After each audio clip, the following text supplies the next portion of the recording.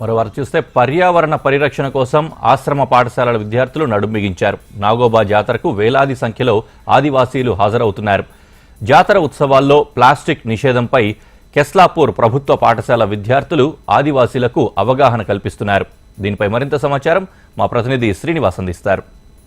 కెస్లాపూర్ నాగోబా దేవాలయానికి నిర్వహిస్తున్నటువంటి జాతర ఉత్సవాలు వైభవంగా సాగుతున్నాయి. వేలాది సంఖ్యలో భక్తులు వివిధ రాష్ట్రాల నుంచి తరలి వస్తున్నారు. కొంతమంది భక్తులు ఇక్కడే విడుదల చేస్తున్న సందర్భంలో ప్లాస్టిక్ను తరిమివేయాలి, ప్లాస్టిక్ వాడొద్దు అని చెప్పి అవేర్నెస్ కల్పించేందుకు వినూత్నంగా కెస్లాపూర్లోని ఆశ్రమ పాఠశాలకు సంబంధించిన స్టూడెంట్స్ అంతా కూడా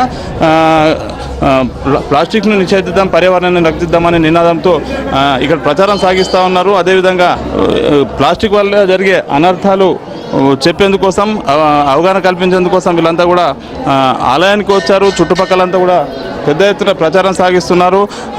ఈ కెస్లాపూర్కు సంబంధించి చాలామంది భక్తులు వస్తున్న నేపథ్యంలో అవేర్నెస్ కల్పించే ఆలోచన అందరూ కూడా అభినందిస్తున్న పరిస్థితి. మనం మాట్లాడేందుకు ఉపాధ్యాయులు చెప్పండి, ఎట్లా ఉంది?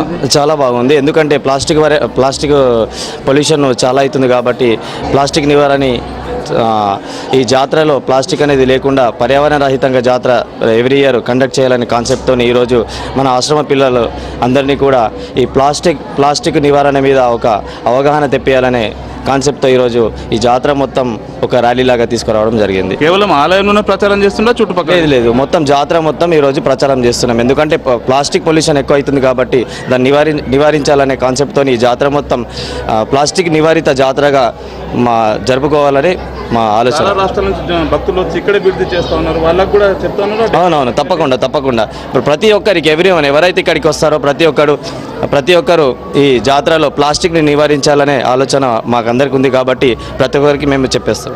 చెప్పండి,